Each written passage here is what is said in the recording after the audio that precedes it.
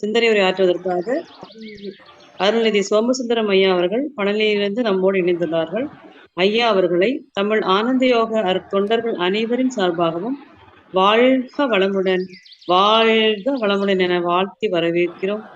வாழ்க வளமுடன் ஐயா, வாழ்க வளமுடன். தமிழ் ஆனந்த யோகம் குழுவின் மூலம் இந்த இனிய மாலை போதலே இணைந்திருக்கக்கூடிய அனைத்து தூய உள்ளங்களையும் போற்றி வணங்கி நல்லதொரு ஆழ்ந்த தலைப்பு பாவப்பதிவுகளும் அவற்றை போக்கும் வழிகளும்.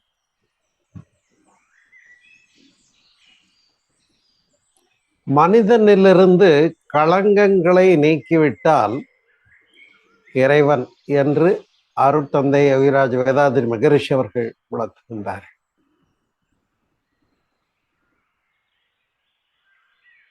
அப்ப இங்க இறைநிலை தான் இருக்கிறது, நாம இறைநிலை தான் அனைத்துமாக வந்திருக்கிறது என்ற விளக்கத்தை கடந்த 2 தலைப்புகளிலே பார்த்தோம். பிரபஞ்ச பரிணாமம், உயிரின பரிணாமம் இவற்றின் மூலமாக இறைநிலையே அனைத்துமாக மலர்ந்து வந்திருக்கக்கூடிய தனி பெரும் சிறப்பினை கண்டோம். அந்த இறைநிலையே அனைத்துமாக வந்திருக்கிற போது இங்கே உயிராகிய என்னுள்ளே நம்முள்ளே இறைநிலை மட்டும்தானே விளங்க வேண்டும். ஆனால் உயிர்களிலே ஒவ்வொரு உயிருக்கும் அதற்குரிய தனித்துவங்களோடு வேறு வேறாகத்தானே வெளிப்படுகிறது. இப்ப பாம்புனா கொத்தும், மற்ற மிருகங்கள்னா கடிக்கும், கழுதைன்னா உதைக்கும், இப்படி வேற வேற பண்புகளோடு வெளிப்படுகிறது. அதே போல மனிதன் மனித வடிவில் இருக்கிறான், அவன் எப்படி வெளிப்படுவான்னு சொல்ல முடியாது. அப்படி இங்கே பலவேறு தன்மையிலே நாம் வெளிப்பட காரணம் என்ன? இறைநிலை தானே எல்லாமாக வந்திருக்கிறது என்று சிந்தித்தோமே என்று சொன்னால், இங்கே நம்முள்ளே இருக்கக்கூடிய பதிவுகள் தான் இறைநிலையிலிருந்து நம்மை வேறுபடுத்தி கொண்டிருக்கிறது. இந்த பதிவுகளை ஒருவர் கேட்கிறார், நான் செய்த பாவங்களுக்காக இப்பொழுது கஷ்டப்படுகிறேன்னா, அல்லது நான் இப்பொழுது செய்கின்ற தவறுகளுக்காக பின்னர் வினைப்பதிவை அனுபவிக்கப் போகிறேனா? முன்வினை பதிவு என்பது என்ன? பூர்வ ஜன்ம பதிவு என்று வேற சொல்லுகிறார்கள். வழி தொடராக வருகிறது என்றும் சொல்லுகின்றார்கள். எனவே இந்த பதிவுகளை எல்லாம் எவ்வாறு தெளிவாக புரிந்து கொள்ள வேண்டும் என்று கேட்கிற போது வள்ளுவம் சொல்கிறது, இருள் சேர் இருவினையும் சேரா இறைவன் பொருள் சேர் புகழ் புரிந்தார் மாட்டு என்று வள்ளுவம் சொல்லுகிறது. இங்கே வள்ளுவம் இரு வினைகளாக சொல்லுகிறது. இப்பொழுது எது பாவம் என்று முதல்ல புரிஞ்சுக்கணும். எது பாவம் எது புண்ணியம் அப்படின்னு ஒரு கேள்வி வச்சு பார்த்தோம்னா, நாமெல்லாம் ஒன்றும் பஞ்சாங்கம் பார்க்குற ஆளுக இல்லை. இப்ப ஒரு நிகழ்வு நடந்தது, பல்லி விழும் பலன் வச்சுக்கோமே, உடனே பஞ்சாங்கத்தை எடுத்து பல்லி நம்ம உடம்புல எங்க விழுந்ததுக்கு என்ன பலன்னு பார்த்துக்கிட்டு இருக்க ஆளுகளாக நாம இல்லை. அது மாதிரி செய்கின்ற பாவ புண்ணியங்களுக்கும் ஒரு முழுமையான டெஃபனிஷன் எங்கிருந்து கிடைக்குது? இங்கே ஒருவனுக்கு ஒருத்தி என்பது நம்முடைய பண்பாடாக கருதப்படுகிறது. இத இஸ்லாமிய நாடுகள்ல 5 பேர் வரைக்கும் திருமணம் பண்ணிக்கலாம் அப்படிங்கிறது விதியாகவே இருக்கிறது. இது மாதிரி ஒவ்வொரு நாடுகள் கலாச்சாரம், சூழ்நிலை, பண்புகள், பழக்க வழக்கங்கள் இவற்றுக்கு ஏற்றவாறு அங்கங்கே செயல்களும் வேறுபட்டு இருக்கிறது. அப்ப அது அப்ரூவ் ஆயிருக்கு, இன்னொரு பக்கம் அப்ரூவ் ஆயில்லை. இப்ப எது பாவம் எது புண்ணியம்ங்கிறதுக்கு எந்த ஒரு அடிப்படையான சமயத்தை நாம் ஒரு ஃபார்முலாவை புரிஞ்சுக்கிறது. அப்ப இந்த ஒரு நிலையிலே நாம் வேற எந்த ஒரு நூல்களையும் ரெஃபர் பண்ணிக்க வேண்டியதில்லை. எதை புரிஞ்சுக்கணும் அப்படின்னு கேட்டா, நம்முடைய அருட்தந்தை யோகிராஜ் வேதாத்ரி மகரிஷி அவர்கள் எது பாவம் எது புண்ணியம்ங்கிறதுக்கு ஒரு அருமையான டெஃபினிஷன் கொடுத்திருக்காங்க. அதை ஒழுக்க விதி என்று குறிப்பிட்டு இருக்கிறோம். அப்ப வாழ்க்கை தத்துவம் என்ற தலைப்புல 3 பார்த்தோம், ஞாபகம் இருக்கு எல்லாருக்கும். அதுல ஒழுக்கம், கடமை, ஈகை என்ற 3 அறநெறி பண்பாடுகளை சொன்னார் இல்லையா? அதுல முதல்ல வரக்கூடியது என்ன? ஒழுக்கம். இப்ப எதை செய்யலாம் எதை செய்ய வேண்டாங்கிறதுக்கு நாம வேற நூல்கள்ல ஒரு பைபிளையோ அல்லது குரானையோ அல்லது வேற நூல்களையோ இங்க ரெஃபர் பண்ணிக்க வேண்டிய தேவையில்லை. இங்கே மிக அழகாக மகரிஷி அவர்கள் சொல்லுகின்றார்கள், தனக்கோ பிறருக்கோ தற்காலத்திற்கோ பிற்காலத்திற்கோ உடலுக்கோ அல்லது உள்ள உணர்ச்சிக்கோ தீமை பயக்காத செயல் எதுவாக இருந்தாலும் செய்யலாம். பாருங்க, இப்ப எவ்வளவு கஷ்டம். நம்ம செய்யற செயல்ல இதை செய்யலாமா, இதை செய்ய வேண்டாம், எதை செய்யக்கூடாது, எதை செய்யலாம், போய் ஐயர்கிட்ட கேட்டு வந்துடுவோம், ஜோசியக்காரர்கிட்ட கேட்டு வந்துடுவோம், யாராவது குடும்பத்துல பெரியவங்ககிட்ட போய் கேட்டு வந்துடுவோம். இந்த போராட்டம் எதுவுமே இல்லை. ரொம்ப எளிமையாகவும் ரொம்ப அழகாகவும் புரியிற மாதிரியும் சொல்லிட்டாரு. தனக்கோ பிறருக்கோ தீமை பயக்காத செயல், தற்காலத்திற்கோ பிற்காலத்திற்கோ பிற்காலத்திற்கோ தனக்கோ பிறருக்கோ உடலுக்கோ அல்லது உள்ள உணர்ச்சிக்கோ தீமை பயக்காத செயல்களை செய்யலாம். ஏன்னா ஒருவரை மனம் புண்பட பேசுறது கூட பிணைப்பதிவு தானே. இப்ப இந்த பதிவுகள் தான் எல்லோருக்குள்ளேயும் இருக்கிறது, வெளிப்பட்டு கொண்டிருக்கிறது. இந்த பதிவுகள் தான் நாம இறைநிலை நோக்கிய பயணம் தவம் செய்யறோம் பாருங்க. அப்ப அந்த தவத்துல மேம்படுவதற்கு உதவியாகவும் இருக்கிறது, பதிவுகள் தான் தடையாகவும் இருக்கிறது இறை உணர்வு பெறுவதற்கு. ஆகையினாலேதான் இந்த வினை பதிவுகளை பற்றி எப்படி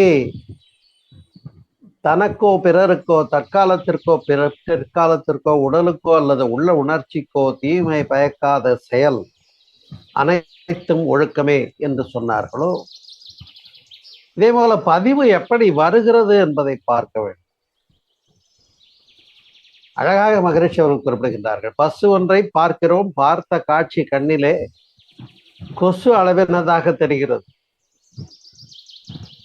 போல அந்த பசுவை பார்க்கிற போது அதனுடைய நிறம், உருவம், தோற்றம், வளமையான அந்த கொம்புகள், இது எல்லாமே இப்ப என்ன இருக்கு, கண்ணில் போகும்போது அங்க கொசு அளவினதாக சின்னதா தெரியுது. உள்ள போய் மூளையில காந்த அலை பதிவாக, மேக்னெட்டிக் டொமைன்னு சொல்லுவாங்க, காந்த அலை பதிவாக இப்பொழுது நாம் பேசுகிறோம், அதை கூட பதிவு செய்ய முடிகிறது. திரைப்படங்களை குறுந்தட்டிலே பதிவு செய்கிறார்கள், இன்னும் பென்டிரைவ்ல ஏகப்பட்ட விஷயங்களை பதிவு செய்ய முடிகிறது, கம்ப்யூட்டர்ல ஏகப்பட்ட விஷயங்களை பதிவு செய்ய முடிகிறது. எப்படி மீண்டும் அதனை வெறித்து காட்டவும் முடிகிறது, அந்த வண்ணம், அந்த தோற்றம், அந்த ஒலி அத்தனையும் சேர்ந்து மீண்டும் விரித்து காட்ட முடிகிறது. அது எப்படி சாத்தியம்ங்கிறத நாம பார்க்கணும். அப்ப புலன் வழி உயிராற்றல் செலவழிவதே இன்பம் என உணர் மயக்கம் என்று மகரிஷி அவர்கள் சொன்னது போல, நம்முடைய உயிராற்றலானது புலன்கள் மூலமாக, கண்ணின் மூலமாக வெளிப்படுகிற போது காட்சியாக அங்கிருந்து உணர்கிறது, பர்செப்ஷன். நாவின் மூலமாக ருசியாகவும், மூக்கின் மூலமாக மணமாகவும், ஒலியாக காதின் மூலமாகவும், உணர்வாக தோல் பகுதியின் மூலமாகவும் நாம் உணர முடிகிறது. அப்படி இந்த 5 புலன்கள் மூலமாக நம்முடைய உயிராற்றல் வெளிப்பட்டு அங்க போய் உணர்ந்து பெற்ற பதிவு புள்ளி அளவினதாக நம்முடைய உடல்ல வந்து பதியுது, மூளையில வந்து பதிவு. இப்ப இது என்னன்னு கேட்டா விரிவு சுருக்க பதிவு என்று பெயர். இந்த விரிவு சுருக்க பதிவுகள் சும்மா இல்லை. எப்படி நாம் எத்தனை முறை தொலைபேசியில அழைத்தாலும், எவ்வளவு நேரம் பேசினாலும் அந்த கணக்கு பூரா பதிவாகிறது இல்லையா? மீண்டும் பில்லு கணக்கு வந்துடும் எடுத்தாக்கா. அதே போலதான் நாம் எண்ணுகின்ற, பேசுகின்ற, செய்கின்ற எண்ணம், சொல், செயல் மூன்றினாலும் நாம வெளிப்பட்டு வரக்கூடிய எல்லாமே இங்கே பதிவாகிறது. ஒரு அல்லனவற்றை எண்ணுகின்ற போது அதுவும் பதிவாகிறது. இதை எண்ணக்கூடாதுன்னு நாம அஞ்சும் போது அந்த அச்சமும் இங்கே குற்ற உணர்வாக பதிவாகிறது. நான் தவறு செய்து விட்டேன் என்று புரிந்து அதிலிருந்து மீட்சி பெற வேண்டும் என்று எண்ணும் போது அதுவும் பதிவாகிறது. மீட்சி பெற்றுவிட்டேன், இனி அந்த தவறை நிகழ்த்த மாட்டேன் என்று உறுதி மேற்கொள்ளுகிற போது அதுவும் அங்கே பதிகிறது. இது மாதிரி எல்லாமே பதிவாகி கொண்டிருக்கிறது. ஒரு 5 கிலோ அளவுக்கு பேப்பரை எடைக்கு போட போறோம். தராசு தட்டுல 5 கிலோ கல் ஒரு பக்கம் வச்சாச்சு. நியூஸ் பேப்பர் வந்தது இருக்கு, அதை எடுத்து இன்னொரு பக்கம் அடுக்கி கொண்டே இருக்கும்.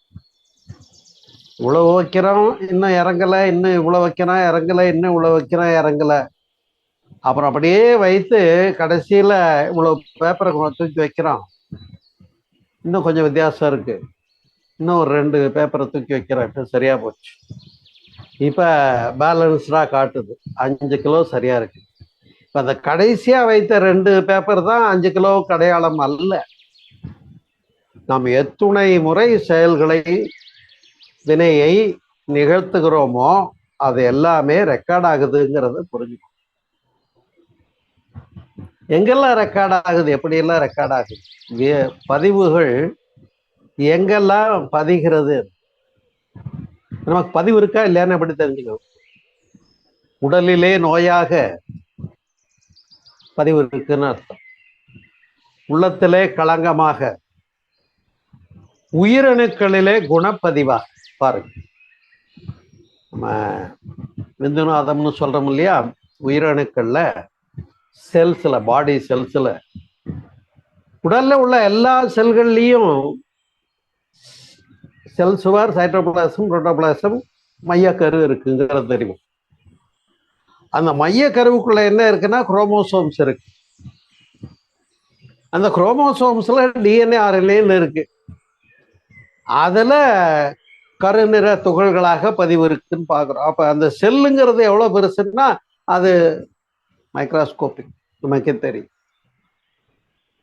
அவ்வளவு நுட்பமாக நாம் செய்கின்ற, இயங்குகின்ற எல்லா விஷயங்களும் நம்முள் பதிந்து, வித்திலே பதிந்து, அதை அடுத்த தலைமுறைக்கு வேற கொடுத்துக்கிட்டு இருக்கோம். இதுல வேற வயசுக்கு வந்தாச்சா கல்யாணம் பண்ணி வை அப்படிங்கிறது மிகப்பெரிய ஒரு ஸ்டாட்டிஸ்டிக்ஸா எடுத்துக்கிட்டு இருக்கோம். இப்ப கருமைய தூய்மை இல்லாம மக்கள் செல்வங்களை பெற்ற பின்னால இப்ப தவறு எடுத்தவங்க, லேட்டா தவறு எடுத்தவங்க நினைக்கிறாங்க என்ன இப்படி நடந்துக்கிறாங்களே, அவங்கள எப்படி மாத்துறது? நான் மனவளக்கலை மன்றத்துக்கு வந்துட்டு தவம், தற்சோதனை, உடற்பயிற்சி, காயகல்பம் எல்லாம் தெரிஞ்சு நான் விளக்கங்கள் மூலமாக என்னை மேம்படுத்தி கொள்ள முடிந்தது. அவங்கள எப்படி மாத்துறது அப்படிங்கிற கேள்வி நம்ம எல்லாருக்குள்ளேயும் வருகிறது. அதனாலதான் மன வாழ்க்கைக்கு முன்னதாகவே 15 வயசுக்கு மேல மேன்ஹுட் வந்துடுது இல்லையா, டீனேஜ்னு சொல்றோம். பெண்களாக இருந்தாலும் ஆண்களாக இருந்தாலும் மனித பக்குவம் வாய்த்த பருவம் அது, வாய்க்கிற பருவம். இப்ப மேன்ஹுட் வந்த பின்னால அவங்களுக்குள்ள அதுவரையில சிறுவன் சிறுமிதான். உள்ள உள்ள அந்த வித்திலே, அதாவது விந்துநாதம் என்று சொல்லக்கூடிய பெண்களுக்கு அண்டமுட்டையாகவும் ஆண்களுக்கு விந்துவாகவும் அந்த வித்திலே கூட பதிவாகி அதுதான் வழி வழி தொடரை கொடுக்கிறது என்று பார்க்கிறோம். அப்ப நாம செய்த செயலும் அதனுடைய விளைவும் எங்கேயுமே கணக்கு தப்பாது, அது பதிவாகியே தீரும். நாம வி ஹவ் டு ஃபேஸ். இந்த பரிகாரம் ஜோசியம் சொல்றாங்க, கோயில்ல போய் விளக்கு போட்டா சரியா போயிடும்னு சொல்றாங்க. இதெல்லாம் முழுமையான பயனை தராத விஷயங்கள் தான்றதை புரிஞ்சுக்கணும். உடலிலே நோயாக, உள்ளத்திலே களங்கமாக, உயிரணுக்களிலே குணப்பதிவாக, செல்ஸ்ல, மைய கருவுல, குரோமோசோம்ஸ்ல டிஎன்ஏ ஆர்என்ஏயா பதிஞ்சிருக்கு.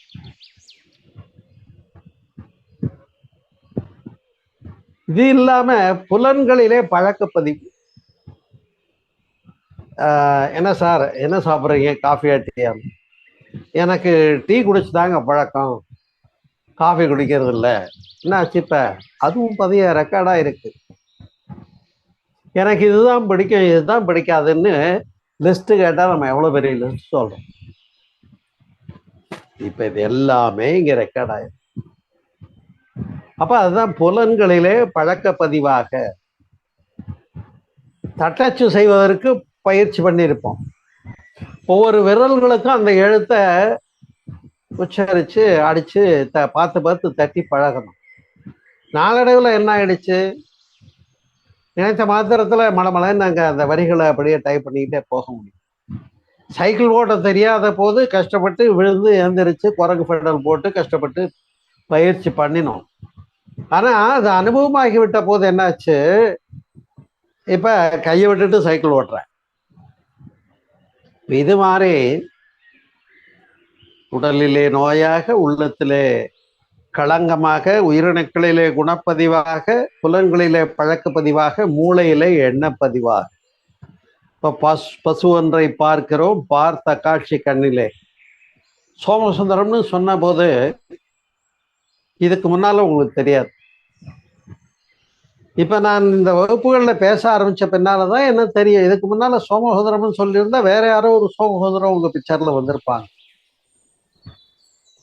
அப்ப அந்த தோற்றம், குணம், அந்த குரல், மற்ற எல்லா விஷயங்களும் சேர்ந்து சோமசுந்தரம்னு சொன்ன உடனே என்ன உங்களுக்கு பிக்சரைஸ் பண்ணி காட்டுதா இல்லையா? அப்ப அங்க போய் ஒரு பதிவாயிடுச்சு மூளையில, இவர் தான் சோமசுந்தரம். இன்னொரு சோமசுந்தரம் தெரியும், அவரு மெட்ராஸ்காரர், இப்படின்னு வேறுபடுத்தி கொள்ள முடிகிறது. அப்படி இந்த மாதிரி எல்லா பதிவுகள் தான் இங்க நமக்குள்ள இருந்து, அதுவும் பாருங்க, புறமனம், நடுமனம், அடிமனம்னு 3 லேயர் இருக்கு. புறமனதுல இருந்து பார்க்குற விஷயங்கள் அவ்வளவு ஆழமா பதிகிறது இல்லை. நடுமனத்துக்கு போகும்போது இன்னும் அழுத்தமான பதிவுகள் ஆகிறது. Conscious mind, subconscious mind, super conscious mind. ஒவ்வொரு எண்ணங்களும், அந்த எண்ணம் ஒரு பழக்கத்தை, ஒரு செயலை செய்கிற போது, மீண்டும் மீண்டும் செய்கிற போது, அந்த பழக்கம் பதிவாகி மீண்டும் மீண்டும் பதிவாகி எத்தனை முறை செய்கிறோமோ அத்தனை முறை அங்க பழக்க பதிவாகி மனிதன் என்ன பண்ணிட ஆரம்பிச்சான்னா பழக்கத்தின் வழி வாழ ஆரம்பிச்சிடறான். அதைத்தான் மகரிஷி அவர்கள் சொல்லுகின்றார்கள், நான் தவம் கொடுத்து தற்சோதனை கொடுத்து மாறிக்கோங்கன்னு சொல்லி எல்லா விளக்கமும் கொடுத்துட்டேன். எல்லா விளக்கமும் புரிஞ்ச போதிலும் கூட ஒரு சில ஆசாமி என்ன பண்ணிட்டு இருக்காங்க, அதெல்லாம் தவம் பண்ணா நல்லது தாங்க, தெரியுது. நல்ல விஷயம்தான் மனவளக்கலை வந்ததுல சொல்லி கொடுக்குறாங்க. ஆனா என்னால அப்படி வாழ முடியல அப்படின்னு சொல்றாங்க தெரியுமா? ஏன் விட்டுட்டு போயிட்டாங்க? ஏன் அவங்களால நிக்க முடியல? அதை தான் மகரிஷி அவர்கள் சொல்கின்றார்கள், மனிதன் பழக்கத்திற்கும் விளக்கத்திற்கும் இடையில் போராடி கொண்டிருக்கிறான் என்று. இதுதானே உண்மை. இப்ப நாம ஜெயிச்சோமா அந்த பழக்க பதிவு ஜெயிச்சுதான்றது தான் நாம சிந்திக்க வேண்டிய விஷயம். வேற ஒண்ணும் இல்லை. நமக்குள்ள நாம ஜெயிக்கிறோமா, அந்த பதிவு ஜெயிக்குதா? பதிவுகளை ஜெயிக்க விடலாமா? அதை எப்படி போக்குவது, மாற்றுவது? சொன்னது போல இருள் சேர் இரு வினையும் சேரா. என்ன வினை? பழவினை புகுவினை. பழவினை புகுவினை, அதுதான் வள்ளுவர் சொல்லும். இருள் சேர் இரு வினையும் சேரா, இறைவன் பொருள் சேர் புகழ் புரிந்தார் மாட்டு. இறைபொருளை புரிந்து அதோடு இணைந்தவர்களுக்கு வெற்றி பெறுகிறோம் என்று சொல்லுங்க. எப்படி இந்த காட்சி முழுவதும் அப்படியே பிக்சரைஸ் ஆகி ஒலி உட்பட கிரிக்கெட் விளையாடுறாங்க. கிரிக்கெட் விளையாடும் போது அது ஆஸ்திரேலியாவில் விளையாண்டா கூட அப்ப அடிச்ச அந்த பந்து அந்த 4 அல்ல 6 போகுது, அதை எல்லாரும் கை தட்டுறாங்க. அதை நாம இங்க வீட்டுல இருந்து காண்கிறோம். அங்க நடக்கிற அது அப்படியே லைவ்ல இப்ப நீங்க என்ன பார்த்து கொண்டிருக்கீங்க, நான் பேசி கொண்டிருக்கேன், உங்களுக்கு வந்து ரீச் ஆகுது. நான் பழனியில இருக்கேன், உங்க ஊருக்கு வந்து ரீச் ஆக முடிகிறது. இது கொஞ்சம் லேட்டா தான் வரட்டுமே. ஏன் லேட்டா வரல? அதுதான் அந்த அலைவே நிலை என்று சொல்லக்கூடியது 0 பாயிண்ட்டுக்கு போற போது நிலையாக ஆகிறது. இந்த நிலையாக ஆகிற பயிற்சி தான் தவத்துல துரியாதீதம், வேற ஒன்றும். அப்ப அலையாக இருக்கிற வரையில் மனமாக இருக்கிறோம், நிலையாக இருக்கிற போது சிவமாக இருக்கிறோம், வேற ஒண்ணும் இல்லை. அன்பர்களே, ஒரு மனிதனுடைய மூளையில 14 to 16% ஆஃப் மூளையினுடைய செல்கள் தான் ஆக்டிவேஷன்ல இருக்கான். ஒரு பெரிய ஆராய்ச்சியாளர், சிந்தனையாளர், விஞ்ஞானிக்கே கூட 14 to 16% மூளையினுடைய செல்கள் தான் செயல்பாட்டுல இருக்கான். பாருங்க. அப்ப மிச்சம் 85% மூளையினுடைய செல்களை வெறுமனே சுமந்து கொண்டு இருக்கிறோம். ஏன் அது செயல்பாட்டுல இல்லை? அது செயல்பாட்டுக்கு வந்தா நம்முடைய சூப்பர் மஸ் எப்படி இருக்கும் யோசனை பண்ணி பாருங்க.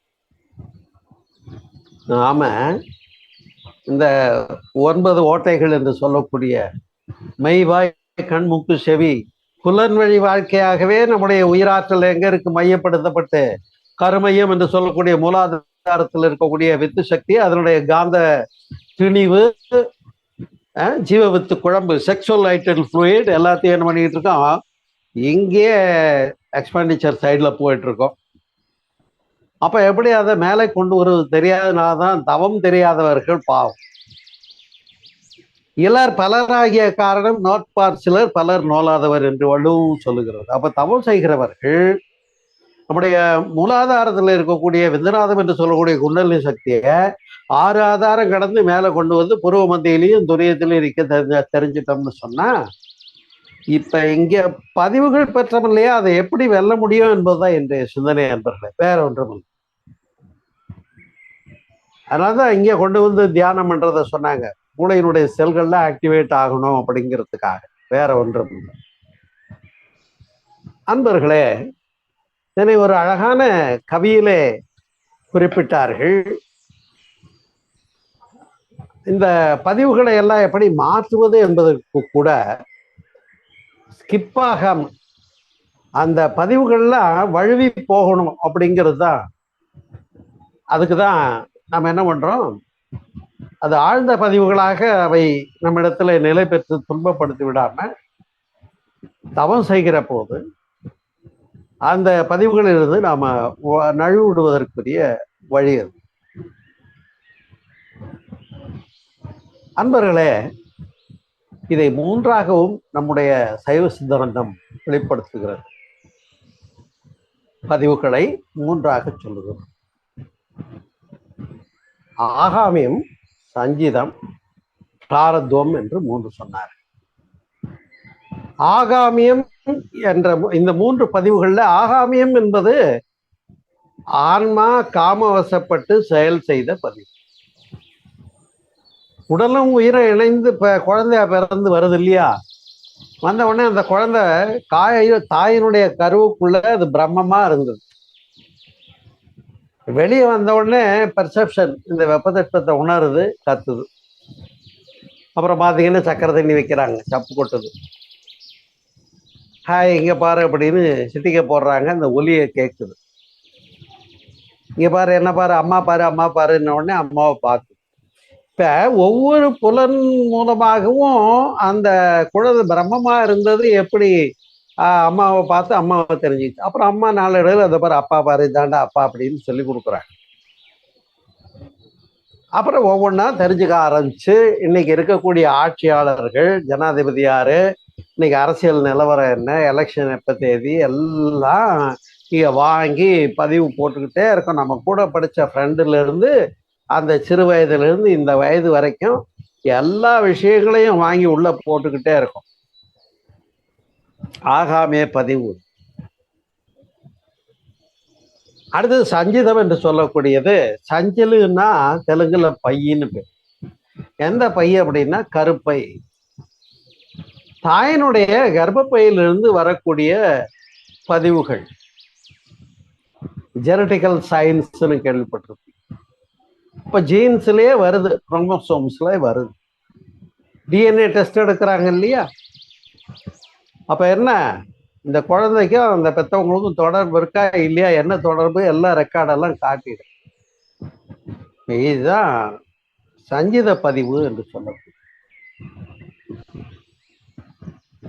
இப்ப இந்த ஆகாமி பதிவு வழியாகவும் போறான், சஞ்சித பதிவு நடத்திக்கிட்டு இருக்கு. இது தாண்டி ஃபர்தரா இவன் தேடிக்கிறான் பாருங்க, ஒவ்வொரு அடுத்த கணங்கள்லையும். இப்ப இதுல இந்த 2 வழி செய்கின்ற செயல்கள் எல்லாம் எவையெல்லாம் வெல்ல முடிந்ததோ அது வெற்றி பெற்றது, எவையெல்லாம் வெல்ல முடியலையோ அது பிராரப்த கர்மாவாக சொல்லும். ஆனால் இதை கவியிலே சொல்லுகிற போது, திளைக்கும் வினைக்கடல் தீர்வுறு தோணி இழைப்பினை நீக்க இருவழி உண்டு, கிளைக்கும் தனக்கும் அக்கேடில் முதல்வன் தவம் மரம் மேற்றுடையாமே என்று சொல்லுகின்றார். தவமும் அறமும் தான் இங்க அந்த பதிவுகளில் இருந்து நம்மை மீட்சி பெறக்கூடியது என்று சொல்லப்படுகிறது. இன்னொரு ஆண்டாளினுடைய பாசுரத்தில கூட, போய பிழையும் புகுதருவான் என்றனவும் தீயினில்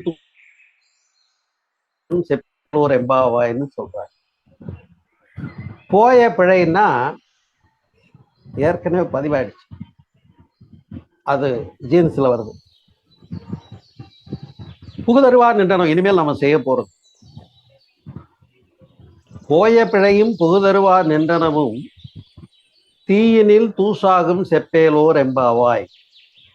தீ என்றால் எந்த தீ? குண்டலினி கனல் என்று சொல்லக்கூடிய. அன்பர்களே, இப்ப இந்த போய பிழை நாம் அடுத்தது செஞ்சு பதிவு பெற்றுக்கொள்ளக்கூடியது வித்தியாசத்தை புரிஞ்சுக்கணும். என்ன அப்படின்னு கேட்டா, பிறந்த பின்னால நம்ம எந்த செயலாம் செய்து நம்மளை வாழ்க்கையில இப்ப நடத்தி கொண்டு போயிட்டு இருக்கோமோ இது பூரா நாமளா தேடிக்கிட்டது தான். நமக்கே புரியுது இந்த விஷயத்துல இதெல்லாம் நல்லது எடுத்துக்கலாம், ரைட், ஓகே, டிக் அடிச்சர், இதெல்லாம் வேண்டாம் மாத்திக்கணும் அப்படின்னு முடிவெடுக்கிறோம். பயன்மானி உணவு முறையில மாத்திக்கணும், பழக்க வழக்கங்களை மாத்திக்கணும் அப்படின்னு நிறைய விஷயங்களை நீங்க என்ன பண்றீங்க, அறிவுனாலே சீர்தூக்கி இத்தனை நாள் இந்த தப்பா பண்ணியிருக்கேன், இனிமேல் இது செய்யக்கூடாதுன்னு முடிவுக்கு வர்றீங்க. ஆனா அதை மாத்திக்கொள்ள முடிகிறதா என்று கேட்டா ஏன் இல்லைன்னு பல பேர் சொல்றாங்கன்னா, வில் பவர் இல்லாததான், மன வலிமை இல்லாதவர். மன வலிமை வேண்டும் என்றால் தவம் செய்ய வேண்டும். தவம் செய்கின்றவர்களுக்கு மன ஒருமையும் மன வலிமையும் இருக்கின்ற காரணத்தினாலே நினைத்த மாத்திரத்துல, இப்ப ஸ்மோக் பண்ற பழக்கம் ஒருத்தருக்கு இருக்கு. அவரு இதுவரைக்கும் பல வருடங்களாக அந்த பழக்கத்தை மேற்கொண்டு இருந்தார். மன வலிமை உடையவராக இருந்தா இந்த சனியனை விட்டு தொலைச்சுடுறேன்னு விட்டுடுறார். அவர் எடுத்த முடிவுல அவரால் நிக்க முடியுது. அதே இன்னொருத்தரால அப்படி முடியல. என்ன காரணம்? வில் பவர் இல்லாதவங்க அந்த ஆகாமிய கர்மாவை முடிவெடுக்கவோ வெல்லவோ முடியவில்லை. அப்ப மன வலிமை வேண்டும். மன வலிமைக்கு ஒரு காரணம் தவத்தில் இருக்கு இல்லையா? எது? ஆகினை என்று சொல்லக்கூடியது. ஆகினை என்றாலே 5 புலன்கள் மூலமாக மனம் வெளியில செல்லுது, எல்லாத்தையும் வாங்கி பதிவாகுதுன்னு பார்த்தோம் இல்லையா? இப்ப அந்த மனம் என்ற 6வதா ஒண்ணு சேர்ந்து இந்த பதிவுகளை எல்லாம் சீர்தூக்கி இது வேணும் இது வேண்டாம்னு முடிவெடுக்கிற போது மனம் அங்கே உயர்ந்த அறிவாகிறது. மனத்தின் உயர்நிலை அறிவு. இப்ப விலங்குகளுக்கு இந்த சீர்தூக்கல் இல்லை. அதனால்தான் அதுங்க அந்த வழிவழி தொடரு மற்றும் தானா எல்லாமே சேர்ந்து அதை நிகழ்த்தி கொண்டிருக்கிறது. ஆனால் மனிதர்கள் மாத்திரமே என்ன பண்றோம்னா, இவ்வளவு நாள் வாழ்ந்துட்டேன், இனிமேலாவது தவம் பண்ணதுனால மன வலிமை கிடைச்சிருச்சு, மன வலிமை கிடைச்சதுனால அல்லனவற்றை நீக்கி விடுகிறேன், நல்லவற்றை கை கொள்ளுகிறேன்னு சொல்லும் போது ஆகாமிய கர்மா வெற்றி பெறுது. ஆன்மா காமவசப்பட்டு செயல் செய்த பதிவுகள் நானா செஞ்சு தேடி பழகிட்டது. இந்த பதிவு எனக்குள்ள இருக்கிறது, மாறணும். இது வேண்டாம்னு நினைச்சா விட்டுடவும், இது வேண்டும்னு நினைச்சா செய்யவும் நான் தான் இங்க ராஜா. நாம தான் முடிவு. நம்ம கிட்ட மன வலிமை வில்பவர் இருக்குமானா அது அங்க வரும். அதுக்கு தான் ஆகினில தியானம் செய்கிற போது மன ஒருமை மன வலிமை, மன இயக்கத்தை கண்ட்ரோல் பண்ற பெட்ரோட்டி கிளாண்ட் இங்க இருக்கிறதுனால அதுதான் பொட்டு வைக்க சொன்னாங்க, விபூதியிட சொன்னாங்க, அல்லது திருமண் அணிய சொன்னாங்க. அது அடையாளம் மட்டும் அங்க முக்கியம் இல்லை. அங்க உணர்வு பெற்றேன், பெற வேண்டும், பெறுகிறேன் என்பது அடையாளம். அடையாளம் என்பது முக்கியம் இல்லை, அங்க உணர்வு பெற்றார்களா என்பதுதான் கேள்வி. அதைத்தான் அந்த கவிகளை சொல்லுகின்றார்கள். போய பிழையும் புகுதருவான் நின்றனும் தீயினில் தூசாகும். தீனா எந்த தீ? குண்டலினி கண்ணல். குண்டலினி சக்தியை மூலாதாரத்திலிருந்து எழுப்பி 6 ஆதாரம் கடந்து பூர்வ மத்தியில நின்ற போது ஆகாமிய கர்மா வெற்றி பெறுகிறது. ஆகிய முதல் 3 பதிவுல ஒன்று முடிச்சுதா? 2வது சஞ்சித கர்மா என்று சொல்லும். அப்படியே அவங்க பாட்டனை போல உரிச்சு வச்சு வந்திருக்கான் பாருங்கிறார். அவங்க மாமனை போல மூக்கு மேல கோபம் வருது பாருங்கிறார். அவங்க அப்பா மாதிரியே இருக்க இவர் பண்றாருங்க அப்படிங்கிறாங்க. இதெல்லாம் என்னன்னு கேட்டா வழி வழியாக வந்து விட்ட வித்து வழி வந்த ஜெனட்டிக்கலா வந்த பதிவுகளை நாம் சஞ்சித கர்மா என்று சொல்லுவோம். இந்த சஞ்சித கர்மா நீங்கிறதுக்கு தாங்க துரிய தவம் செய்ய சொல்லுவோம். துரியத்துல தவம் செய்தது. இப்ப நான் சொன்னேன் இல்லையா கொஞ்சம் முந்தி, நம்முடைய மூளையினுடைய செல்கள்ல 14% ஆஃப் பிரெயின் செல் தான் செயல்பாட்டுல இருக்கு. அப்ப மூளையினுடைய செல்கள்லாம் ஏன் ஆக்டிவேட்டா இல்லை? அதுக்குதான் துரிய தபஸ். இப்போ துரிய தபஸ் அதனால்தான் அதை சகசர தளம் என்று சொன்னார்கள். 1000 இதழ் கொண்ட தாமரை, 1000 பெட்டல் லோட்டஸ்ன்னு சொன்னாங்க. இப்ப நம்முடைய மூளையினுடைய செல்களை தான் இங்க 1000 இதழ் தாமரையாக உருவகித்திருக்கிறார். ஆனா அதுக்கெல்லாம் எனர்ஜி போகணுமா இல்லையா? நாம தான் இங்கே உலகியல் செலவு பண்றதுக்கே சரியா போயிடுது. விந்தநாதத்துல இருந்து எல்லா சக்தியும் புலன்கள் மூலமாக செலவு பண்ணிக்கிட்டே இருந்தோம்னா இங்க எனர்ஜி போறதில்ல. அப்ப அதுக்குதான் தவம், அதாவது ஊர்துவமுகமாக திருப்புறதுனாங்க. சிவன் கூட காலை மேல் நோக்கி தூக்கி ஆடினார் ஒரு காலைன்னு ஒரு சிற்பம் பார்த்துருப்பீங்க கோயில்கள்ல. சக்தி அங்கே நாணி விட்டதுன்னு காட்டியிருப்பாங்க. பக்கத்துல சக்தி அந்த அம்மா இருப்பாங்க. அவங்க லேடிஸ் அப்படி காலை தூக்கி ஆட முடியாம வெக்கப்பட்டுட்டாங்கன்றது அந்த சித்திரத்துல பார்த்திருப்போம் சிலையில. ஆனா தத்துவம் என்னன்னு கேட்டா, நாம நம்முடைய குண்டலி ஆற்றலை, மேன் பவரை, விந்துநாதத்தை நம்முடைய முதுகுத்தண்டு வழியாக மேலே எழுப்பி நின்று அந்த பதிவுகள்லாம் மாற்றம் பெற்று அலை இல்லாம நிலை என்ற நிலைய, துரியாதத்துல சிவகலம் போறோம்ல, சிவகலம் போறோம்னு சொல்றது கூட தப்புங்க. சிவநிலை எங்கும் இருக்கிறது. நாம அப்சல்யூட் ஆகும்போது அதுவாயிடும். நாம எப்ப அந்த அப்சல்யூட் ஸ்டேட் ஆஃப் மைண்ட் போறோமோ அப்ப இந்த பதிவுகள் எல்லாம் போயிடுச்சு இல்லையா? அப்ப தவம் செய்ய செய்ய மூளையினுடைய பதிவுகள்லாம் மாறுகிறது. அப்ப சஞ்சித கர்மா அங்க வெற்றி பெறப்படுகிறது. 2வது பதிவுங்கிறதுக்கு துரிய தவம் செய்யணும். ஆகினையிலே தவம் பண்ணா ஆகினை பதிவு நீங்கிறது, துரியத்திலே தவம் செய்தா சஞ்சித பதிவு நீங்கிறது. அதுக்கு தான் பண்ண சொன்னாங்க. மூன்றாவது பிராரத்துவம் என்பது பார்த்தீங்கன்னா பகவத்கீதையிலே சொல்லுது. பிராரத்துவ வினையை பற்றி பேசுகிறது. பகவான் ரமணர் பேசுகிறார்கள். அவரவர் பிராரத்துவ பிரகாரம் ஆங்காங்கிருந்து ஆட்டுவிப்பவன் நடத்தி கொண்டிருக்கிறார். நடப்பது நடந்தே தீரும், நடவாதது என் முயற்சிக்கணும் நில்லாது, ஆகையினால் மௌனமாய் இருக்கை நன்றுன்னு எழுதி காட்டினார். இப்ப பிராரத்துவ பிரகாரம்னு ஒண்ணு சொல்றாங்க. பிராரத்துவம்ன்றது என்ன, மாற்ற முடியுமா முடியாதா? இந்த கேள்வி யோசனை பண்ணியிருக்கீங்களா? யோசனை பண்ணி பாருங்க. கைவல்ய நவநீதம் என்று ஒரு ஞான நூல் தாண்டவராய சுவாமிகள் அருளியது. அதுல ஒரு அழகான கவி என்று சொல்லுகின்றார்கள். பஞ்சினை ஊழித்தீ போல் பல ஜென்ம அவிதவித்தாம், சஞ்சிதமெல்லாம் ஞான தழல் சுட்டு வெந்நீராக்கும். பஞ்சினை ஊழித்தீ போல் பல ஜென்ம அவிதவித்தாம், சஞ்சிதமெல்லாம், இரண்டாவது பதிவு பார்த்தோம்ல, சஞ்சித கர்மா. சஞ்சிதமெல்லாம் ஞான தழல் சுட்டு வெந்நீராக்கும், கிஞ்சில் ஆகாமியம்தான் கிட்டாமல் விட்டு போகும், வீஞ்சின பிராரத்துவத்தின் வினை அனுபவத்தை தீரும் சொல்றாங்க. இது கைவல்ய நவநீதம் என்ற நூல்ல உள்ள கவி. இதுபடி என்ன சொல்றாங்க, ஆகாமிய கர்மாலாம் அப்படியே போயிடுங்க தவம் செய்யறவங்களுக்கு. சஞ்சித கர்மா கொஞ்சம் முயற்சி பண்ணி ஆழ்ந்த தவத்தினால ஒரு பெரிய சக்சஸ் ஆகிற போதுதான் நமக்கு அது. ஏன்னா சும்மா இல்லை, ஆகாமிய கர்மா பிறந்தது நாமளா தேடிட்டது. ஆனா சஞ்சித கர்மாங்கிறது வழி வழி தொடரா வர்றது. ஒரு தலைமுறையா மகரிஷி சொல்றாங்க, விலங்கின பதிவு கூட நமக்குள்ள இருக்கு. ஏன் ரெண்டு பேரும் சண்டை போட்டுக்கிட்டான்னா கோவத்துல விழுந்து அவன் மேல கடிச்சு விடுறான், கையை பிடிச்சு கடிச்சிடுறான். அப்ப விலங்கின பதிவும் அவங்ககிட்ட இருக்குன்றாங்க.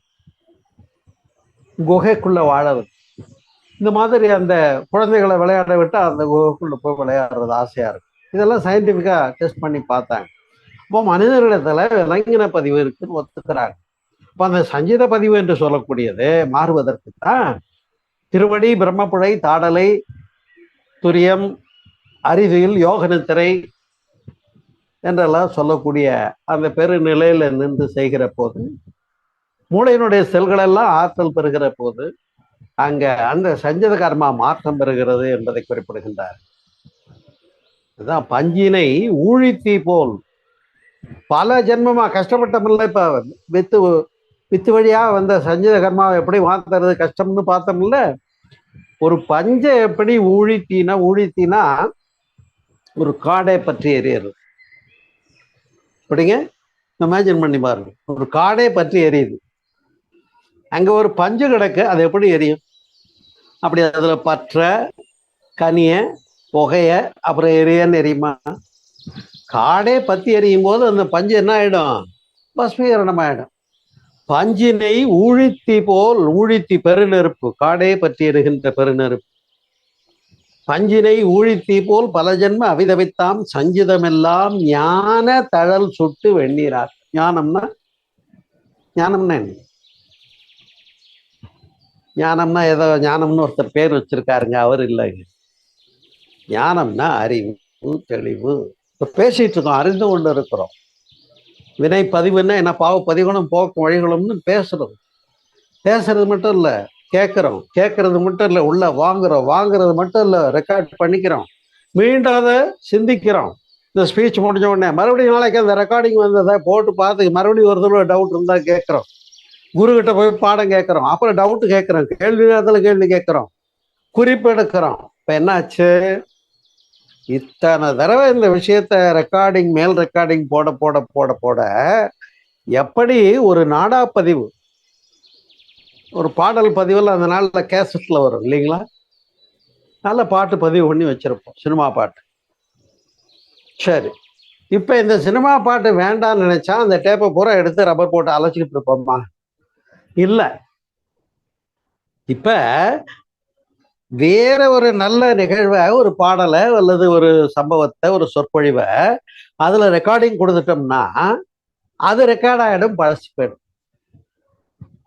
இப்ப நாம எதெல்லாம் வேண்டாம்னு நினைக்கிறோமோ அந்த வேண்டான்னு சொல்றதே திரும்ப திரும்ப நினைச்சு, ஐயோ இந்த பாவம் செய்யக்கூடாது, ஐயோ இது வேண்டாம், இதை விட்டு தொலையணும், இது எனக்கு கூடாது, நான் பாவியாக இருக்கிறேன் சொல்லுவாங்கல்ல கிறிஸ்டியானிட்டியில. அது மாதிரி நான் பாவி நான் பாவின்னு திரும்ப திரும்ப நம்ம குற்ற உணர்வுலயே ரிப்பீட் ஆகிட்டு இருக்கிறது தவறு. தப்புன்னு புரிஞ்சு போச்சா, ரைட், மாத்திக்கிறேன். எப்படி மாத்துறது? அது தப்ப நினைச்சு தப்பு பண்றேன், தப்பு பண்ணிட்டேன்னு நினைச்சுக்கிட்டு இருக்கிறத விட்டுட்டு அதற்கு மாற்றான நல்ல விஷயங்கள்ல வேகமா போயிட்டே இருங்க, அவ்வளவுதான், வேற ஒண்ணு. மேற்கு வேண்டாம்னு நினைச்சா மேற்க பிடிச்சு தள்ளிக்கிட்டே இருந்தா மேற்கு தூரம் போகுமா? நாம கிழக்கு நோக்கி போக போக மேற்கு தானே தூரம் போயிடுறது போல வேண்டாத பதிவுகளை நாம அதை கருத்திலேயே எடுத்துக்காம நிகழ்ந்து போச்சு, இனிமேல் விடு, இனிமேல் செய்யக்கூடாது. அப்ப அடுத்ததாக என்ன நல்லதோ அதை கேரி ஓவர் பண்ணிட்டு நல்லதெல்லாம் செஞ்சுட்டு போயிட்டே இருந்தா அதெல்லாம் ஸ்கிப் ஆயிட்டு போயிடும். எப்படி டேப் ரெக்கார்டர்ல வேண்டாத பாட்டு மேல நல்ல சொற்பொழிவு பதிஞ்ச உடனே அந்த பாட்டு போயிடுச்சு, இதுதான் இப்ப நிலை பெற்று இருக்கு. அது போல இங்க மேல் பதிவு, இதைதான் அன்பர்களே, இப்ப ஒரு கூட்டத்துல நீங்க 50 பேர் 100 பேர் இருக்கு, அங்கேயிருந்து நடந்து வர்றவரு ஒருத்தர் மேல கால் பட்டுருச்சு. அவர் என்ன பண்றாரு, உடனே சாரி அப்படிங்கிறார். உடனே அவரும் அப்படிங்கிறார். அப்படின்னா என்ன? அவர் மேல கால் பட்ட உடனே இவரு சைகையினாலையாவது ஒரு தொட்டு அப்படின்னு சொல்லி சாரி சொன்ன உடனே அவர் என்ன பண்றாரு, பரவாயில்லைங்க, தவறு போய் தானே கால் பட்டதுன்னு அங்க ஒரு சாரிக்கு அவரும் செய்கையில பதில் கொடுத்துட்டார். இப்ப இது கால் பட்டாலும் கவனிக்காம ஒரு பாட்டு வந்துகிட்டே இருக்காருன்னு வைங்க. அந்த கால் பட்டதுனால அவர் நினைக்கிறார் பாருங்க, அடாடா நல்ல தம்முன்னு உதச்சிக்கிட்டே போறாரு, கண்டுக்காம போறாரு பாருன்னு ஒரு வினைப்பதிவு வருது. இப்ப இந்த எக்ஸ்கியூஸ் மீ, சாரி ஃபார் தட்னு சொன்ன உடனே தட்ஸ் ஆல் ரைட்னு இவர் சொன்ன உடனே அங்கேயே அதுக்கு பிராயச்சித்தம் நடந்து போச்சு. அது மாதிரிதான் நாம நேரடியான நல்ல விஷயங்கள்ல போக போக நல்ல விஷயங்கள்லாம் தானா டிசப்பியர் ஆயிடும். அதுதான் பஞ்சினை ஊழித்தி போல் பல ஜென்ம அவிதவித்தாம் சஞ்சிதம் எல்லாம் ஞான தழல் சுட்டு வெந்நீர் ஆக்கும். அப்ப ஆகினையில ஆகாமிய கர்மெல்லாம் கிஞ்சில் ஆகாமியம் தான் கிட்டாமல் விட்டு போகும். அது என்னைக்கு நீ வில்பவரோட ஐட்டியோ தவா எடுத்துட்ட, மன வலிமை இருக்கு, நான் இதைத்தான் செய்வேன், இதை செய்ய மாட்டேன், நான் நல்லதுதான் செய்வேன் அப்படிங்கிற இடத்துக்கு வந்தாச்சுன்னு, என்னைக்கு நான் புனிதனா ஆகிவிட்டேன், நான் நல்லவன் ஆயிட்டேன், நான் நல்லவனா தான் நடப்பேன்ற இடத்துக்கு நீங்க வந்துட்டீங்களோ அன்னைக்கே பழசெல்லாம் என்ன ஆயிடுச்சு, சப்ஜாடா காலி ஆகி போச்சு. அப்ப கிஞ்சில் ஆகாமியம் தான் கிட்டாமல் விட்டு போகும் என்ற ஒரு நிலை அது சிறப்பான. இதை கூட இன்னொரு கவியில, தன்னை அறிந்த தத்துவ ஞானிகள் தன்னை அறிந்த, எவ்வளவு அழகான வார்த்தை பாரு, எனக்கு ரொம்ப பிடிக்கும். தன்னை அறிந்த தத்துவ ஞானிகள் முன்னை வினையின் முடிச்சை அவிழ்ப்பர். முன்னை வினை செஞ்சது கர்மா, முன்னை வினையின் முடிச்சை அவிழ்ப்பர். முடிச்ச அவுக்கிறதுங்கிறது கஷ்டம்ங்க. நல்ல நாட்டு கெட்டியா போட்டுருச்சுன்னு வைங்க, அது நூலை கரெக்டா கண்டுபிடிச்சு பதமா எடுக்கலன்னு இன்னும் சிக்கலா போகும். முன்னை வினையின் முடிச்ச அவிழ்ப்பர் யாரு? தன்னை அறிந்த தத்துவம். அதனால்தான் தன்னை அறிய தனக்கு ஒரு கேடில்லை, தன்னை அறிதலை தலைவனை அறிதலாம், தன்னை அறியாமல் தான் கெடுகின்றான், தன்னை அறியும் அறிவை அறிந்தவன் தன்னையே அர்ச்சிக்கத்தான் இருந்தானே. அப்ப தன்னை அறிகிற இடம் எது? தன்னை அறிகிற இடம் அப்படின்னு கேட்டுறாதீங்க தயவு பண்ணி. நாம எல்லாம் தவம் அறிந்தவர்கள், துரியம் அறிந்தவர்கள். துரியம் தான் தன்னை அறிந்த, தன்னை அறிய தனக்கு ஒரு. அப்ப அறிவை அறிதலே தன்னை அறிதலாம், தன்னை அறியாமல் தான் கெடுகின்றான் என்று சொன்னார்கள். எனவே தன்னை அறிந்த தத்துவ ஞானிகள் முன்னை வினையின் முடிச்சை அவிழ்ப்பர், பின்னை வினையை பிடித்து பிசைவர். பின்னை வினைன்னா ஆகாமிகம், பின்னை வினையை பிடித்து பிசைவர். அது அப்ப அத அந்த பதிவும் போச்சு, இந்த பதிவும் போச்சு. தன்னை அறிந்த தத்துவ ஞானிகள் முன்னை வினையின் முடிச்சே அவிழ்ப்பர். கஷ்டமானதை சரி பண்ணியாச்சு. பின்னை வினையை இனிமேல் வரப்போறது என் கையில தான். இனிமேல் வரப்போறது ஃபர்தரா நான் செய்ய போறது என் கையில தான். இப்ப ஒருத்தர் தவம் பண்ணி ஆகிரில தவம் பண்ணி வில்பவர் பெற்றாச்சு, துரியத்துல தவம் பண்ணி சஞ்சித கர்மா நீக்காச்சு. இப்ப துரியாதம் போகும்போது என்ன ஆகுதுன்னு கேட்டேன், இந்த பிராயச்சித்தம் அடுத்தது மேல் பதிவு 2 பார்த்தோம் இல்லையா? டேப் ரெக்கார்டர்ல மேல் பதிவு போட்டா மாறுதுன்னு சொல்றோம்ல, அது மாதிரி நாம நல்லது செயலுக்கு கொண்டு போக ஆரம்பிச்சா மாறுதுன்றது பார்த்தோம் இல்லையா? அப்ப பிராயச்சித்தம்ன்றது அப்பத்திக்கு அப்ப சாரி சொல்லிடுறது, அப்பத்திக்கு அப்ப சரி பண்ணிடுறது, அப்பப்ப சரி பண்ணிட்டு இனிமேல் ஒவ்வொரு கணங்களும் நான் பர்ஃபெக்ஷனோட இருந்துக்கிறேன்ற இடத்துக்கு நம்ம வந்துட்டாலே அந்த இடம் பாஸ். அடுத்தது முன்பதிவை நீக்கிறது தான் கொஞ்சம் கஷ்டப்படுறோம். அது துரிதமா எடுத்ததுனால நமக்கு வெற்றி ஆயிடுது, அதையும் முடிச்சாச்சு. இப்ப மூன்றாவது என்னன்னு கேட்டா துரியாதீதத்தை. அன்பர்களே, இப்ப கொடைக்கானல் எஃப்எம் வானவில் நிகழ்ச்சியில் அப்படின்றாங்க, இல்லைன்னா சிலோன் ரேடியோ ஸ்டேஷன், இல்லைன்னா கோவை வானொலி நிலையம் நான் போய் பேசியிருக்கேன், கொடை எஃப்எம்லையும் பேசியிருக்கேன். இப்ப இந்த அதுக்குன்னு ஒரு அலைன்மெண்ட் இருக்கு இல்லையா?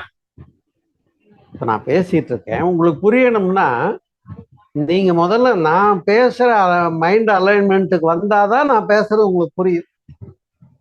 நீங்க கேட்கறவங்க வேற ஏதோ ஒரு வீட்டுக்குள்ள ஒரு வேற அலைன்மெண்ட்ல நீங்க இருக்கீங்கன்னு வைங்க, என்னமோ சொல்லிட்டு வந்தாரு அந்த இடத்துலதான் கரெக்டா கவனிக்காம விட்டேன்னு உங்களுக்கு பெண்டிங் ஆயிடும். அப்ப அது மாதிரி என்ன ஒரு அலைன்மெண்ட்டை நம்ம டியூன் பண்ணணுமோ அந்த டியூன் பண்றது தாங்க தவம், வேற ஒன்றும் இல்லை. எப்படி ரேடியோ ஸ்டேஷனை கரெக்டா இந்த பக்கமும் இல்லாம அந்த பக்கமும் இல்லாம நடுவுல வச்சோம்னா ரெண்டும் கேட்டு குழப்பிடுமோ, எப்படி பர்ஃபெக்டா அந்த ரேடியோ ஸ்டேஷனை அந்த முள்ள அந்த இடத்துல வச்சு அந்த அலைன்மெண்ட்டை சரியா வச்சோம்னா அதை நல்லா கிரகிக்க முடிகிறதோ, இது போல நம்ம இயங்குகின்ற எல்லாமே அலைன்மெண்ட்டா இயங்கிட்டு இருக்கோம், அலைவேகமா இருக்குங்கிறத புரிஞ்சுக்கும் போது அலைவேகம் இல்லாத நிலைக்கு போறதுதான் we have to stand under that. அதான் அண்டர்ஸ்டாண்டிங் தி காட். அண்டர்ஸ்டாண்டிங் புரிந்து கொள்ளுதல். இறை புரிதல் எங்க? துரியாதீதம். துரியாதீதம்னா என்ன? ஒண்ணுமில்லைன்னா அதுதான் கடவுள். அப்ப அலை இல்லைன்னா நிலை தீர்ந்து போச்சு. அப்ப சப்ஜாடா எல்லாம் க்ளோஸ் ஆகி போகுது, அதுக்கு இப்ப அரியர் பேப்பரே இல்லை. அதுதான் நிர்மூலம் என்று சொன்னார்கள். துரியாதத்துல என்ன ஆகுது? நிர்மூலம் என்று சொன்னார். அப்ப இந்த ஆகாமியம், சஞ்சிதம், பிராரத்துவம், இந்த மூன்றுக்கும் பிராயச்சித்தம், மேல்பதிவு, நிர்மூலம் என்று 3 போக்கும் வழிகளை மகரிஷி கொடுத்துருக்காங்க. ஆக்னில தியானம் பண்ணும் போது வில் பவர் வந்தாச்சு, நான் இனிமே எதை செய்யணும் எதை செய்யக்கூடாது எனக்கு தெரியும், நான் பாத்துக்கிறேன் சார், முடிஞ்சு, இப்போ உங்க பொறுப்பாயிடுச்சு. சஞ்சித கர்மா நல்லா ஆழ்ந்து தவம் பண்ணி அந்த துரிய தவத்துல ஒரு நல்ல பர்ஃபெக்ஷன், அதாவது அந்த சொன்ன இல்லையா, புறமனம், நடுமனம், அடிமனம் வரைக்கும் போய் எல்லா ஆழ்ந்த பதிவுகளையும் சமம் செய்து வேண்டாததெல்லாம் ஸ்கிப் ஆன பின்னால இப்ப சஞ்சித கர்மாவும் போயிடுச்சு துரியத்துல. அதனால அந்த 2வது பதிவு நீங்கிடுச்சு. நிர்மூலம்ங்கிறது துரியாதத்துல இந்த அலையில தானே பார்த்தோம் ஒவ்வொரு ரேடியோ ஸ்டேஷனும். இந்த அலை இல்லாத இடத்துக்கு போனா அதுதான் இறை நிலை, அதுதான் சிவம். அதுக்கு பேர் என்ன வேணாலும் வச்சுக்கோங்க, போங்க. அதுக்கு பிதான்னு வச்சுக்கோங்க, அல்லது அல்லான்னு வச்சுக்கோங்க, ஏதோ ஒரு பேரை வச்சுக்கோங்க, எனக்கு அதை பத்தி கேள்வி இல்லை. அது ஆக மொத்தத்துல என்னன்னா, எல்லாம் அல்ல தெய்வமதி எங்கும் உள்ளது நீக்கமர சொல்லால் மட்டும் நம்பாதே சுயமாசி தீர்த்தே. உருவமல்லன் அருவமல்லன். கடவுள் எத்தனைன்னு போன வாரம் பேசணும் இல்லையா?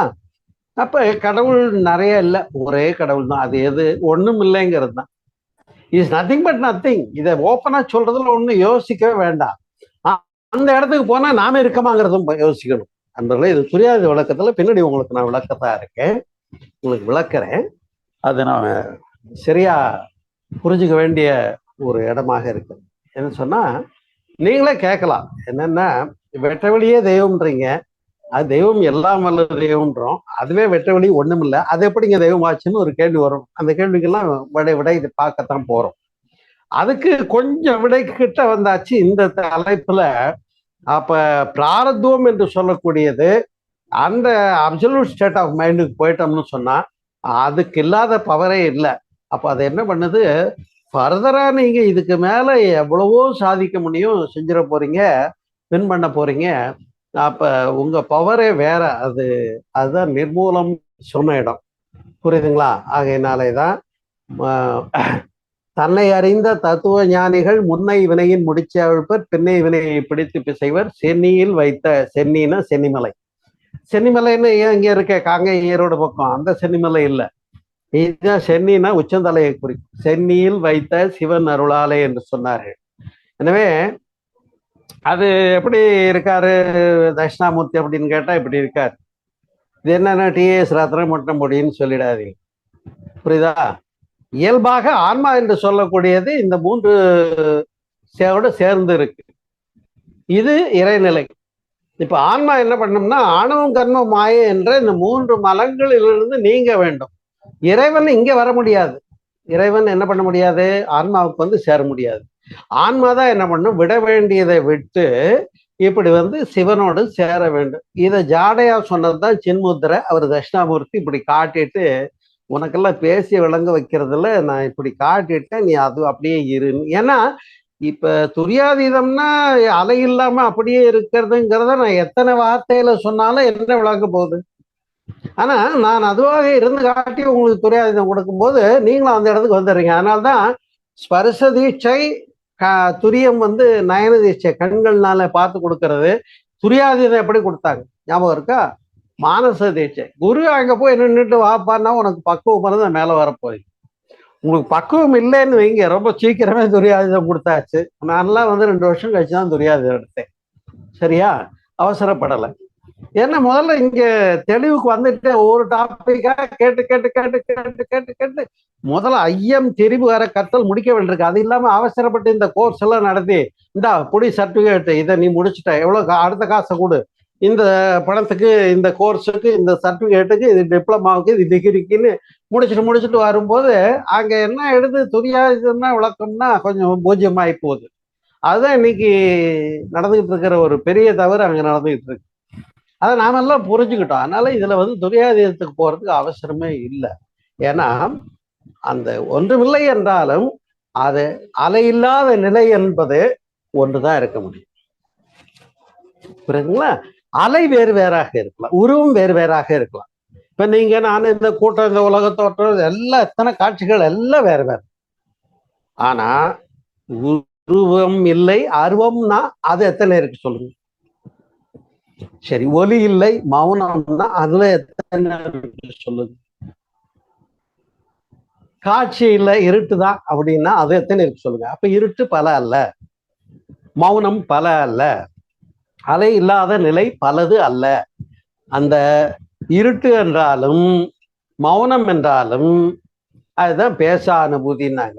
துரியாதீதம் என்றாலும் இப்படியே மேல போயின்னா இந்த தயவு பண்ணி இந்த ட்ரிப் அடிக்கிற துரியாதீதம் மட்டும் பண்ணி தொலையாதீங்க. நினைத்த மாத்திரத்தில் அதோட தான் அதுதான் நமக்குள்ள இருக்கு, நாம தான் அதுக்குள்ள இருக்கும். ஒரு ஸ்பாஞ்ச் உதாரணம் எடுத்துக்கோங்க, உங்களுக்கு புரியும் நினைக்கிறேன் இல்லையா? கட்டடம் கட்டுறவங்களாம் ஸ்பாஞ்ச் வாங்கி வச்சிருப்பாங்கல்ல, இரும்பு கடையில் விற்க சதுரமா. அந்த ஸ்பாஞ்ச் என்ன பண்றோம், தண்ணிக்குள்ள போட்டு டிப் பண்ணிடுறோம். இப்ப அந்த தண்ணி பாத்திரத்துக்குள்ள ஃபுல்லா தண்ணி இருக்கு, ஸ்பாஞ்ச் அதுக்குள்ள இருக்கு, ஸ்பாஞ்சுக்குள்ளேயும் தண்ணி இருக்கு, ஸ்பாஞ்சுக்கு வெளியிலையும் தண்ணி இருக்கு, எங்கும் தண்ணி இருக்கு. அந்த ஸ்பாஞ்ச் எப்படி எல்லாத்தையும் உள்ள வாங்கிட்டு இருக்கோ அது போல நாம இறைநிலைக்குள்ளதான் இருக்கோம், இறைநிலை நமக்குள்ளதான் இருக்கு. இறைநிலை வேறாக இல்லை. வேறாக இல்லாத கடவுளை அப்புறம் என்ன போய் பிடிக்கிறது? நான் சொல்லுங்க, இதெல்லாம் கொஞ்சம் அடுத்த துரியாதீத வழக்கத்துல பார்ப்போம், நல்லா ஜாலியா இருக்கும். அதனால நண்பர்களே, இந்த ஒரு இனிய மாலை பொழுதிலே பாவப்பதிகளும் போக்குமொழிகளும் என்ற தலைப்புல நாமெல்லாம் சிந்திப்பதற்கு நல்ல ஒரு அமைவு ஏற்பட்டு இருக்கின்றது. இந்த ஒரு நல்ல மாலை பொழுதில இந்த சிந்தனை விருந்து என்பது மகரிஷி அவர்கள் நமக்கு கொடுத்த ஒரு அருமையான தலைப்பு. ஏன்னா இதெல்லாம் சக்சஸ்ஃபுல்லா கொண்டு போயிட்டோம்னு வைங்க, அப்புறம் நமக்கு வாழ்க்கையில வெற்றி தான். அதனால இன்னும் இருவினைன்னு பேசினாங்க, 3 வினைன்னு சைவத்து தான் சொல்லுச்சு. அது ஆகாமியும் செஞ்சுதோம், பிராரத்தம்னு பார்த்தோம். அதை மேல்பதிவு, தேய்த்தெழுத்தல், நிர்மூலம் என்ற 3 நிலைகளில் மாற்றம் பெற முடியும் என்பதையும் நாம் அறிந்து கொண்டோம். அதனால்தான் அப்படி நாம வெற்றி பெற்று விட்டோம் என்று சொன்னால் அதை தான் வந்து சஞ்சித கர்மா வென்ற போது மாதாபிதா செய்தது மக்க தலைமையில வருதுங்கிறது சஞ்சித கர்மான்றது புரிஞ்சிருக்கும். புரியுதுங்களா? அதனால வினையை விதைத்தால் வினையை அறுப்பான். விதை ஒண்ணு போட சொர ஒண்ணு முளைக்காது. விதையில எல்லா பதிவும் இருக்கிறது. அப்ப நாம ஒண்ணு செய்தால் அது ரெக்கார்டு தான். நாம செஞ்சா அதுக்குரிய விளைவு. செயலுக்குரிய விளைவு. செயலை செய்தா விளைவு வந்தே தீரும். நான் செய்யறதெல்லாம் செய்வேன், விளைவு வரக்கூடாதுன்னு சொன்னேன். இப்ப நான் பேசிட்டு இருக்கேன், அன்பார்லிமெண்டரி வேர்டை போட்டு பேசிடுறேன். அது யாரையோ புண்படுத்தாம இருக்குமான்னா புண்படுத்தத்தான் செய்யும். புண்படுத்துச்சுன்னா அந்த பதிவு என்னை பாதிக்காம இருக்குமான்னு கேட்டா பாதிக்காம இருக்காது. அப்புறம் நான் அடுத்து ஒரு அறிக்கை கொடுத்து பப்ளிக்ல நான் பேசும்போது இப்படி பேசக்கூடாத ஒரு வார்த்தையை பேசிட்டேனுங்க, சாரிங்க மன்னிச்சுக்கோங்க அப்படின்னு அவர்கிட்ட போய் சாரி சொன்ன பின்னால அவரும் என்னை மன்னிச்ச பின்னாலதான் அந்த களங்கம் பதிவு போகும். ஏன்னா செயல் நம்ம கையில தான் இருக்கு, அதனுடைய பதிவு ஆய்தான் தீரும். எதை செய்தாலும், எண்ணினாலும் கருதினாலும் சிந்தித்தாலும் பேசினாலும் செய்தாலும் நடந்தாலும் எண்ணம் சொல் செயல் மூன்றினாலும் எல்லாமே நம்ம கையில தான் இருக்கு. எனவே நினைக்க தனக்கு நாம என்ன செய்தோம்னா அது நமக்கு அப்படியே சேரும். இது எப்படி, இது பூமராங்கன்னு ஒண்ணு சொல்லுவாங்க, இது வீசினா போய் வெட்டிட்டு திரும்பி கைக்கு வரும். அது மாதிரிதான் வான்காந்த பதிவுன்னு ஒண்ணு இருக்கு. இப்ப 5 பதிவு பார்த்தோம் இல்லையா? உடலிலே நோயாக, உள்ளத்திலே களங்கமாக, உயிரணுக்களிலே குணப்பதிவாக, புலன்களிலே பழக்க பதிவாக, மூளையிலே எண்ண பதிவாக, இதை தாண்டி வான்காந்த பதிவுன்னு ஒண்ணு இருக்கு. அப்ப நாம பிரபஞ்சம் தழுவியும் நம்முடைய இந்த இது, அதனாலதான் ஒரு சொசைட்டி முழுவதுமே பியூரிஃபை ஆகணும்னா ரொம்ப நம்ம கஷ்டப்பட்டுக்கிட்டு இருக்கோம். இந்த சமுதாயம் என்னைக்கு மாறும் அதை கவலைப்பட்டாங்க மகரிஷி. அதனாலதான் உலக சமுதாய சேவா சங்கத்தை 58ல தொடங்கினாங்க. 10 ஆண்டுகள் குடுவாஞ்சேரியிலேயே வெளியிலேயே வரல. ஆனா உலக சமாதானம் எழுதியிருந்தாங்க. ஆனால் முதல் முறையாக கடலூர்ல மன்றம் தொடங்கினாங்க. நான் அந்த மன்றத்தினுடைய மாணவன் என்று சொல்லிக் கொள்வதில் பெருமடைகிறேன். அப்ப 10 ஆண்டுகளுக்கு அப்புறம் முதல் மன்றம் தொடங்கி அதுக்கப்புறம் 10 ஆண்டுகளுக்குள்ள வெளிநாடுகளுக்கெல்லாம் போற அளவுக்கு ஆயிட்டாங்க. அதை பார்த்த உடனே தான் எனக்கு ஒரு கோபம் வந்தது. நாமளும் இப்படி என்னமோ பயிற்சி எடுத்துட்டோம், எல்லாம் நல்லா இருக்கு, தெளிவெல்லாம் கிடைச்சி போச்சுன்னு முடிச்சிட்டோம். ஒரு 4-5 வருஷத்துலயே நான் முடிச்சுட்டேன். முடிச்ச பின்னால என்ன ஆச்சு, 73க்கு மேல அப்புறம் தற்செயல வேலைக்கு வந்தேன். அடுத்த வருஷமே கல்யாணம் ஆச்சு, பிள்ளை குட்டி எல்லாம் உலக ஆயுதங்கள்லாம் போயிட்டு இருக்கு. என்னடா அது, ஏதோ ஒரு பெரிய ஞான மார்க்கத்தை நோக்கி ஓடிட்டு இருக்க மாதிரி இருந்தது. இப்ப போய் கசுமுசுன்னு கொண்டாந்து குடும்பத்துல சிக்க வச்சுட்டாங்க, செம்மையா மாட்டிட்டோம் போல இருக்கு அப்படின்ற போதுதான் பயம் என்ன பண்ண, பயம் வராமலா, அது வேற விஷயம். தென் மகரிஷிய பயணிக்க விட்டு மன்றம் தொடங்கணும். மனவளக்கலை மன்றத்துக்காக நான் ஏதோ ஒரு அருள்நிதியாக 83ல ஆனேன். ஆகி சேவை செய்ய ஆரம்பிச்சதுக்கு அப்புறம் இது என்னுடைய குடும்பத்தையும் என்னுடைய தொழிலையும் இறைநிலை நடத்துச்சு. நான் மன்றம் மட்டும்தான் நடந்தினேன். இன்னைக்கு வரைக்கும் என் குடும்பத்துல என்ன நடந்தது, என் உத்தியோகத்துல என்ன நடந்தது எதுவுமே இங்க இல்லை. நான் உங்களோட ஜாலியா பேசிட்டு இருக்கேன் நண்பர்களே. அதனால நீங்களும் அது போல எல்லா பதிவுகளும் நீங்கி ரொம்ப அப்படியே அப்சல்யூட்டா பரம்பொருளா எப்போதும் இருக்கலாம். இந்த துரியாதீதத்துல மட்டும் இந்த மேல போய் போய் போய் அப்புறம் அங்க நின்று தவம் பண்றேன், அப்புறம் நான் மட்டும் திரும்பி வர்றேன், அங்க நான் இருக்கு. இதுல வேற சிவகல நிலையில் நின்று தவம் நிகழ்த்துகிறேன்னு ஒருத்தர் நடத்துனாங்க, பார்த்தேன். சிவகலத்திலையும் போய் இவர் தனியா தான் நிக்கிறார் போல, அவனை உள்ள விடாம. அதனால இறைநிலை எங்கும் இருக்கு, நமக்குள்ள இருக்கு. அதனால அதை போய் தனியா அடையறதுன்னு ஒண்ணுமே கிடையாதுன்னு சொல்லி இந்த தலைப்பை முடிச்சுக்கிறேன். கொஞ்சம் கிட்டத்தட்ட ஓவர்லோடாவே பேசிட்டேன்னு நினைக்கிறேன். நன்றி, வணக்கம், நிறைவு. இப்ப கேள்வி பதில்களுக்கு போவோம். வாழ்க வளமுடன், வாழ்க வளமுடன், வாழ்க வளமுடன். ரொம்ப சிறப்புங்கய்யா. மகிழ்ச்சியோட ஒரு அருமையான தலைப்பு எடுத்து இன்னைக்கு